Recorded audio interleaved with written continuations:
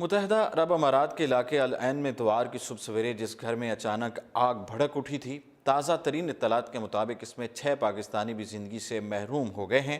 اس سانحے کا ایک بدقسمت کردار 23 سالہ عمر فاروق بھی تھا، جس نے باتھ روم کی ٹین کی چھت پھاڑ کر باہر نکل کر جان بچانے کی کوشش تو کی، مگر وہاں شدید دھواں بھرا ہونے کے باعث اس پر بے ہوشی طاری ہو گئی اور اسی دوران آگ کے شعلوں نے اسے اپنی لپیٹ میں لے لیا اور وہ زندگی سے محروم ہو گیا۔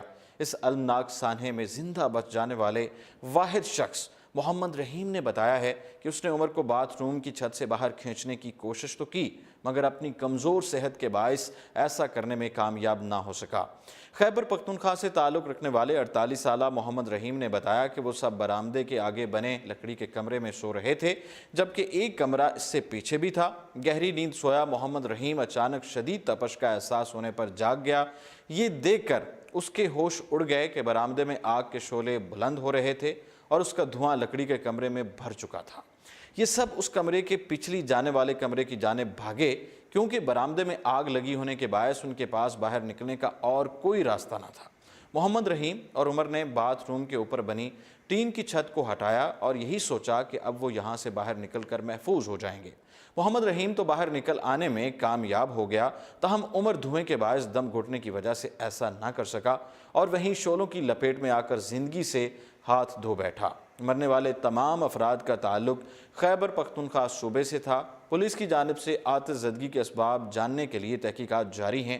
آگ سے جھلسنے والوں کی چیخ و پکار سن کر ہمسائے بھی جاگ گئے اور ان کی مدد کے لیے مکان کے باہر پہنچے، مگر آگ کی شدت کے باعث وہ ایسا نہ کر سکے۔ اس المناک حادثے کا تصور کر کے ہمسائے بھی صدمے کی حالت میں ہیں۔ خرم کا عجمان میں فرنیچر کا شو روم تھا۔ وہ ایک رات قبل اپنے والد سے ملنے العین آیا تھا۔ ساری رات وہ آپس میں بیٹھ کر گپ شپ لگاتے رہے۔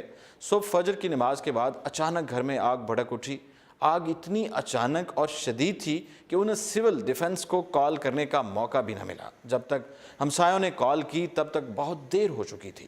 متوفی فاروق کے قریبی دوست مراد خان نے بتایا کہ مرنے والے بیٹے اور ان کا باپ بہت قابل احترام لوگ تھے۔ ان کے ہمسایوں کو کبھی ان سے شکایت نہیں ہوئی۔ اس سانحے کا شکار ہونے والے بدنصیب افراد کی میتوں کو جلد از جلد پاکستان بھیجنے کے لیے قانونی تقاضوں کی تکمیل کے لیے تمام پاکستانی کمیونٹی، پاکستانی سفارتخانہ اور اماراتی ہمسائے مل کر سرگرم رہے، جبکہ پی آئی نے بھی متوفی پاکستانیوں کی میتوں کی وطن واپسی کی سروس بلا معاوضہ فراہم کی۔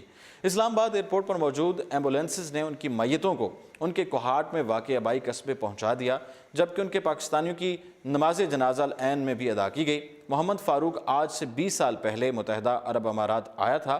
وہ یہاں پر ٹرک ڈرائیونگ کر کے اپنے گھر والوں کا پیٹ پالتا رہا۔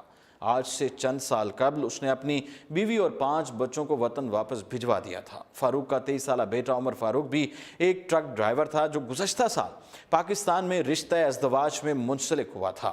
فاروق کا دوسرا بیٹا خرم فاروق عجمان میں واقع ایک فرنیچر شو روم میں سیلز مین تھا۔ اس کی بھی گزشتہ سال پاکستان میں شادی ہوئی تھی۔ عمر کا 37 سالہ کزن علی حیدر چند ماہ پہلے امارات آیا تھا۔ وہ العین میں ایک ورکشاپ میں موٹر مکینک کا کام کرتا تھا۔ ضلع ہنگو سے تعلق رکھنے والا علی حیدر 5 بچوں کا باپ تھا۔ سانحے میں جان گنوانے والا 28 سالہ عید نواز عمر کا کزن تھا، جو العین میں گزشتہ 6 ماہ سے ٹیکسی چلا کر گزر بسر کر رہا تھا۔ ناظرین، فی الوقت اتنا ہی اور آپ دیکھتے رہیے اردو پوائنٹ۔